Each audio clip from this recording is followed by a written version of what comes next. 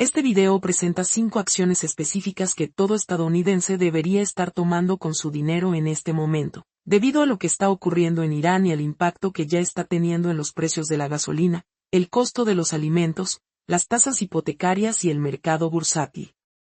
Piensa en la última vez que el mundo cambió de la noche a la mañana, y no de forma pequeña, sino de una manera que llegó directamente a tu factura del supermercado, al precio en la gasolinera, a tu hipoteca y a tu cuenta de retiro. Todo cambiando al mismo tiempo y todo moviéndose en la misma dirección. Exactamente ahí es donde estamos al 17 de marzo de 2026, a 17 días del inicio de una guerra entre Estados Unidos, Israel e Irán. Y la presión económica ya está impactando a las familias estadounidenses comunes de formas que la mayoría de las personas aún no ha conectado con este conflicto. Olvida la política por un momento, porque esta no es una conversación política. Esto es una conversación económica, y los números ya están cambiando. Goldman Sachs acaba de elevar la probabilidad de recesión al 25%. Los precios de la gasolina subieron 48 centavos en una sola semana. El estrecho de Hormuz está cerrado y se espera que los precios de los alimentos aumenten en los próximos 60 días. Nada de esto es ya especulación. Esos datos ya están registrados.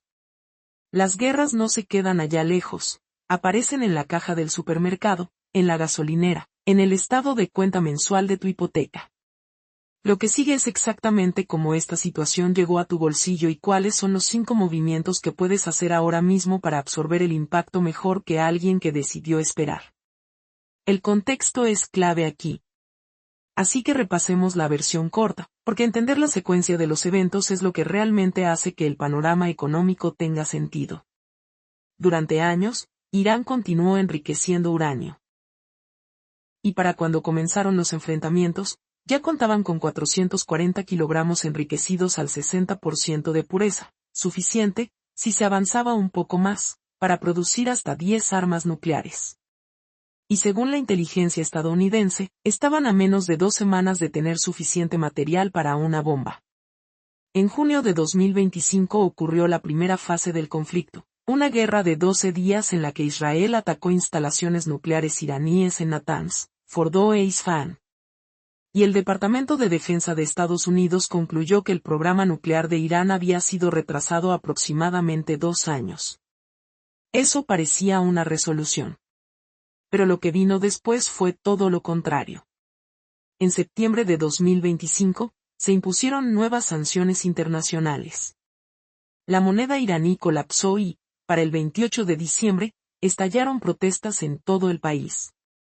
El 8 de enero de 2026, las fuerzas de seguridad mataron al menos a 30.000 personas. Y esa cifra no provino de observadores externos, sino del propio Ministerio de Salud de Irán. Aún así, la diplomacia siguió avanzando con dificultad, y tan tarde como el 25 de febrero, el ministro de Relaciones Exteriores de Irán afirmaba que un acuerdo nuclear estaba al alcance, antes de las conversaciones en Ginebra. Pero entonces, el OIEA descubrió uranio altamente enriquecido oculto en una instalación subterránea que había sobrevivido a los ataques de junio. Y ese hallazgo puso fin a las negociaciones.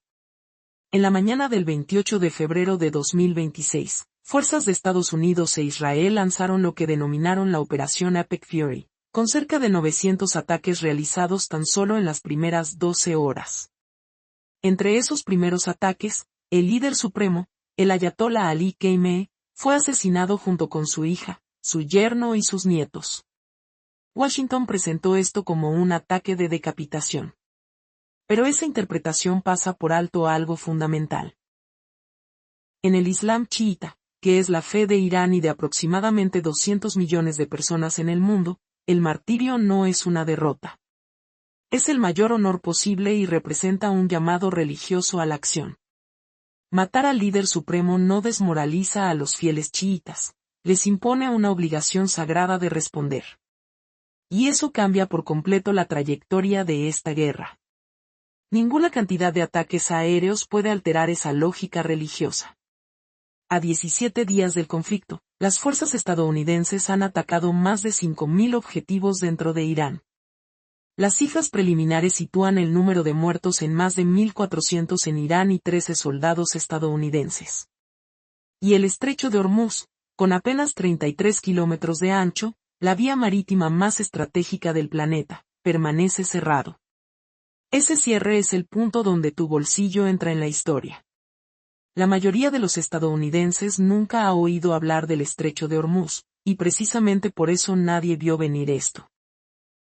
Sin embargo, por esa ruta transita aproximadamente el 20% del petróleo transportado por mar en el mundo, cerca de 20 millones de barriles diarios que salen de Arabia Saudita, los Emiratos Árabes Unidos, Irak y Qatar hacia los mercados de Asia, Europa y el resto del mundo.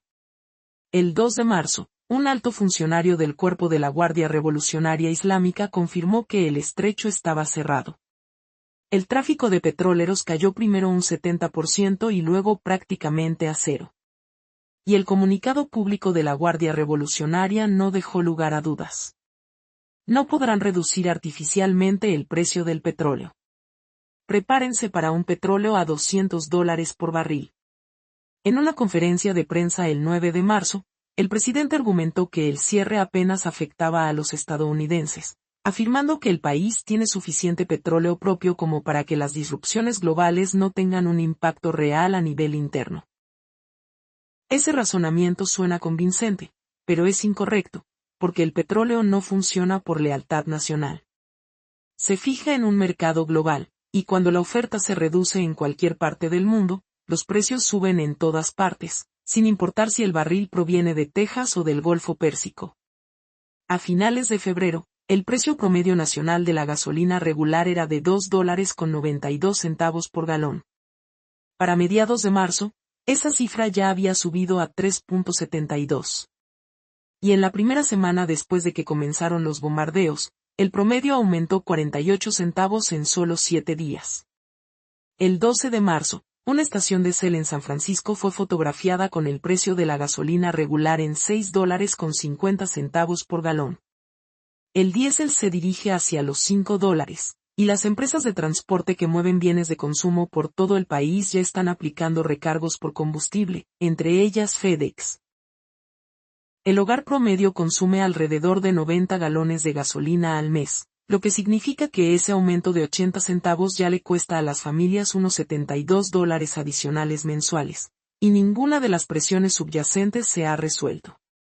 Mark Zandi, economista jefe de Moody's, lo explicó con claridad: por cada aumento sostenido de 1 centavo en el precio de un galón de gasolina, el gasto total nacional en combustible aumenta en casi 1.4 mil millones de dólares al año. Y aquí es donde aparece el efecto dominó que muchos análisis pasan por alto. El diésel alimenta los camiones que transportan alimentos hacia los supermercados. Además, aproximadamente un tercio del comercio mundial de fertilizantes también pasa por el estrecho de Hormuz. El fertilizante de urea, del que dependen los agricultores estadounidenses para la siembra de primavera, subió de $475 a $680 por tonelada métrica desde el 28 de febrero, un aumento del 35%. Y el presidente de la American Farm Bureau escribió directamente al presidente Trump el 9 de marzo, advirtiendo que los agricultores que entran en la temporada de siembra enfrentan un rápido aumento en los costos de combustible y fertilizantes. Al mismo tiempo, la Agencia Internacional de Energía liberó un récord de 400 millones de barriles de las reservas estratégicas globales como respuesta. Y esa cifra suena enorme, hasta que se compara con la realidad de que el consumo mundial de petróleo ronda los 105 millones de barriles por día. Eso significa que 400 millones de barriles cubren aproximadamente 4 días de consumo global normal. El crudo Brent cerró las últimas sesiones por encima de los $100 por barril, después de haber alcanzado brevemente los 120. Goldman Sachs revisó al alza su previsión de inflación en Estados Unidos, situándola entre el 2.9% y el 3.3%, y aumentó la probabilidad de recesión en 5 puntos porcentuales, llevando la probabilidad de una contracción económica este año al 25%. Oxford Economics modeló un escenario en el que el precio del petróleo se mantiene en un promedio de $140 por barril durante 2 meses, y su conclusión fue clara: una paralización económica en Estados Unidos. El índice Dow Jones cayó desde su máximo histórico de 50.000 puntos el 6 de febrero hasta alrededor de 46.560. El S&P 500 hectáreas perdido un 2.5% desde el inicio del conflicto.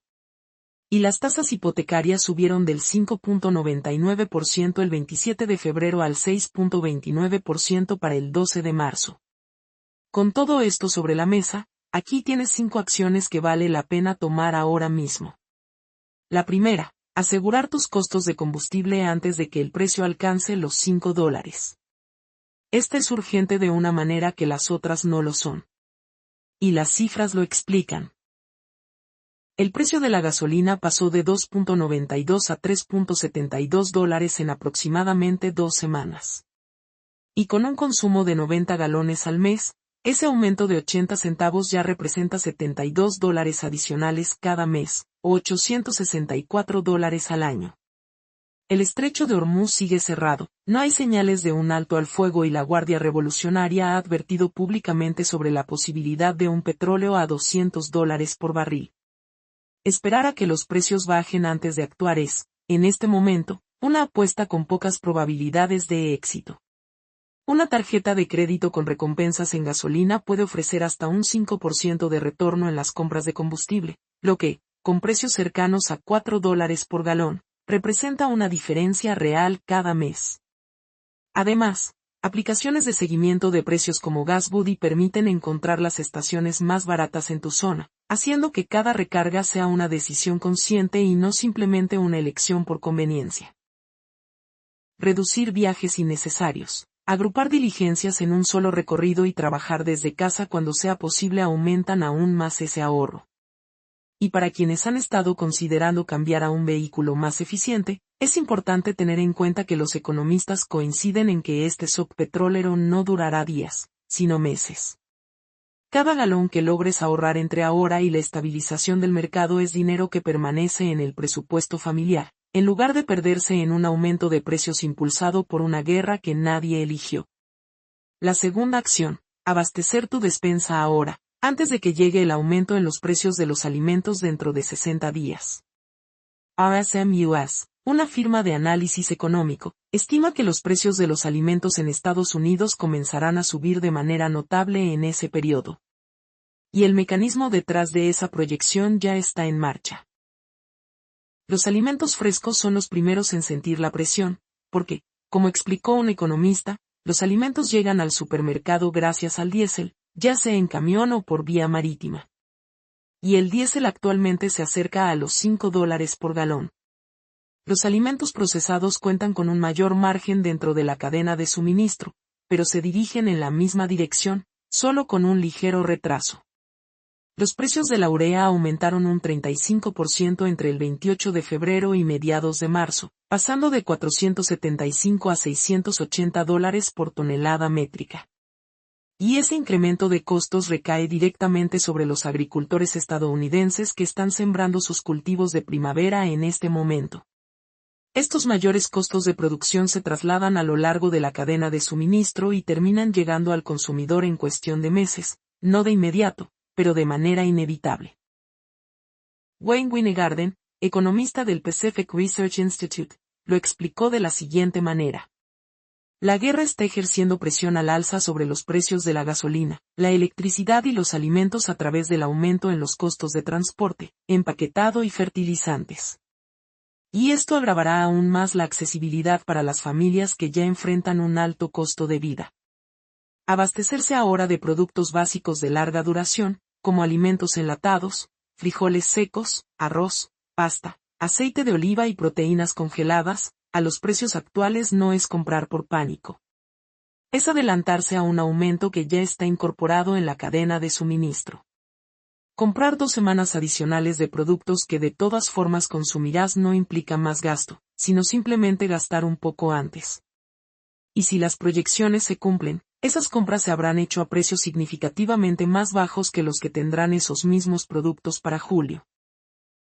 La tercera acción, revisar tus inversiones y entender dónde estás expuesto. El 6 de febrero de 2026 fue el día en que el índice Dow Jones superó los 50.000 puntos por primera vez en la historia. Y el presidente Trump mencionó ese hito en su discurso sobre el Estado de la Unión el 24 de febrero. Sin embargo, para el 17 de marzo, el D se encontraba alrededor de los 46.560 puntos, y Goldman Sachs ya había asignado una probabilidad del 25% a una recesión este año. Vender por pánico no es la solución, pero dejar una cartera sin revisar mientras el entorno cambia a esta velocidad es, en sí mismo, un riesgo. Algunos sectores están absorbiendo este conflicto de manera muy distinta a otros, y entender esa diferencia vale el tiempo que toma analizarlo.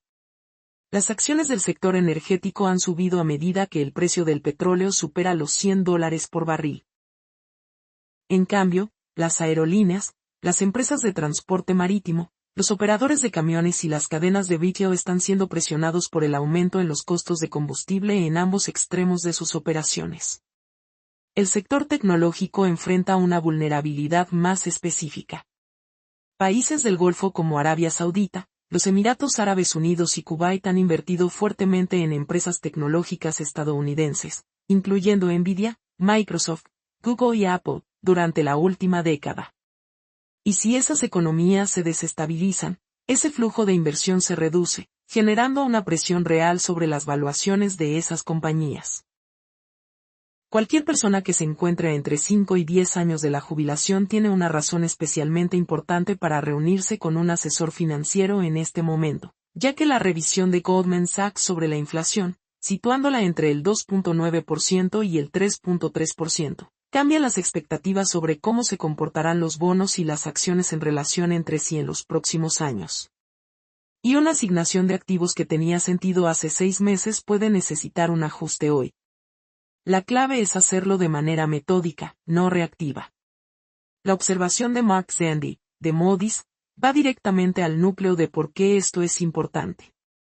Los hogares de ingresos bajos y medios destinan una mayor proporción de su presupuesto a necesidades básicas como gasolina y alimentos, lo que significa que este tipo de inflación afecta con más fuerza a quienes tienen el menor margen para absorberla. Construir ese margen ahora, mientras aún hay tiempo para adelantarse a la espiral completa de aumentos de precios, es la acción más directa que cualquiera puede tomar. La cuarta acción, actuar sobre tu hipoteca, porque las tasas ya se movieron, y aún no han terminado de subir. El 27 de febrero, un día antes de que comenzara la operación Epic Fury, la tasa promedio de una hipoteca a 30 años estaba en 5.99%. Para el 12 de marzo, ya había subido a 6.29%, un aumento de 30 puntos básicos en apenas 2 semanas. Y las fuerzas que le están empujando al alza no han desaparecido. Así es como se conecta el precio del petróleo con tu pago hipotecario. El aumento del petróleo eleva las expectativas de inflación. Las expectativas de inflación empujan al alza los rendimientos de los bonos. Y son esos rendimientos los que, en realidad, determinan las tasas hipotecarias. Rachel Semba, analista de riesgo, lo explicó claramente: si la inflación se mantiene elevada por más tiempo, será más difícil para la Reserva Federal reducir las tasas de interés, lo que implica que las tasas hipotecarias y otros intereses a largo plazo podrían mantenerse en sus niveles actuales o incluso seguir subiendo. Cualquier persona con una hipoteca de tasa variable tiene una razón concreta para hablar con un especialista esta misma semana, porque la diferencia entre una tasa del 6.29% y una del 7.0% en un préstamo de $300,000 puede significar cerca de $150 adicionales al mes. Y en un entorno de tasas en aumento, esa brecha suele cerrarse más rápido de lo que los propietarios esperan. Para quienes alquilan y están considerando comprar una vivienda, la respuesta honesta es que las circunstancias personales varían demasiado como para dar una recomendación general. Pero el cálculo que muchos compradores hicieron, esperar a que bajen las tasas antes de comprar, dependía de un giro en la política de la Reserva Federal que, con la revisión de Goldman Sachs y la trayectoria actual de la inflación, hoy es mucho menos probable de lo que parecía hace apenas 2 semanas. Las líneas de crédito con garantía hipotecaria, ELOC, también merecen atención, ya que normalmente tienen tasas variables que se ajustan automáticamente sin que el propietario tenga que hacer nada, lo que significa que el costo de esa línea de crédito ya está aumentando. Saber cuánto debes y cuánto te cuesta actualmente evita la desagradable sorpresa de recibir un estado de cuenta que no se parece en nada al de hace 3 meses. La quinta acción, construir tu colchón de efectivo. De 3 a 6 meses, sin excusas. Cada uno de los otros puntos de esta lista se vuelve manejable cuando tienes un colchón financiero detrás, y todos se vuelven realmente peligrosos cuando no lo tienes.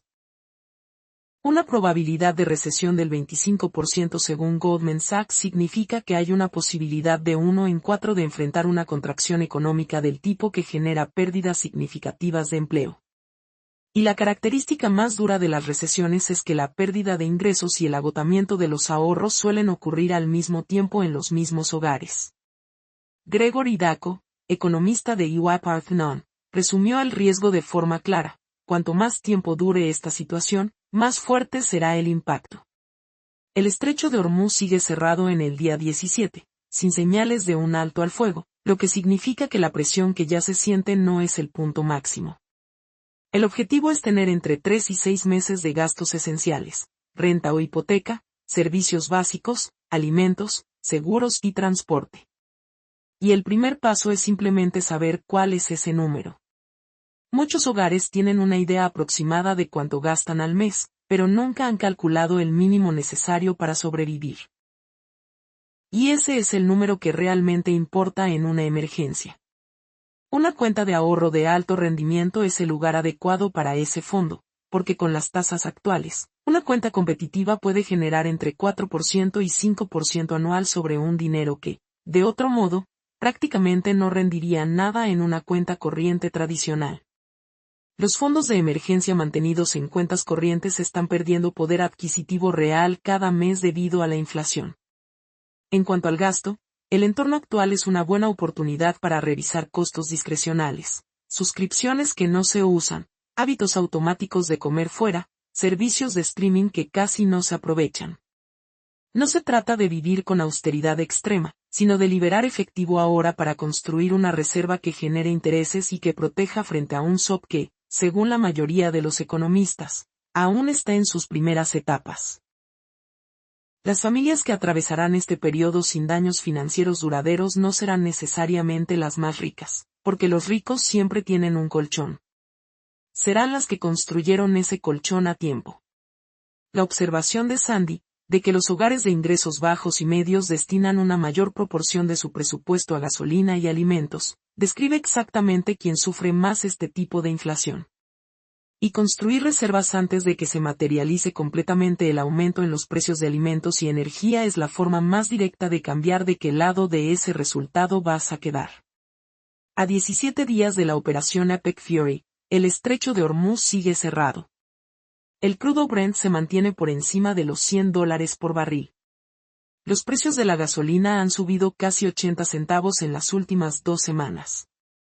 Se espera que los alimentos aumenten en los próximos 60 días.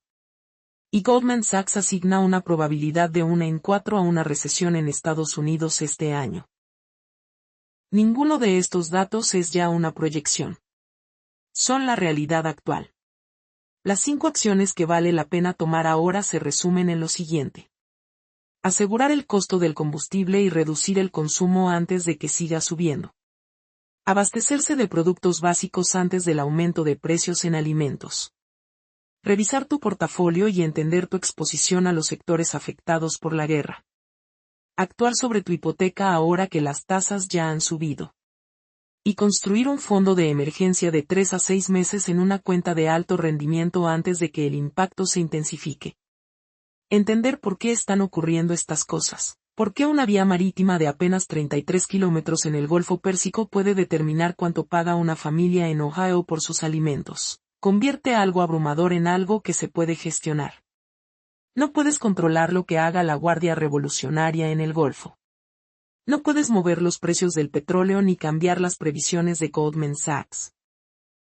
Pero sí puedes cambiar tus hábitos de consumo de combustible, tu despensa, tu asignación de inversiones, tu estrategia hipotecaria y tu tasa de ahorro. Las personas que actúen sobre estos 5 puntos esta semana estarán en una posición notablemente diferente dentro de 3 meses, en comparación con quienes vieron la misma información y decidieron esperar.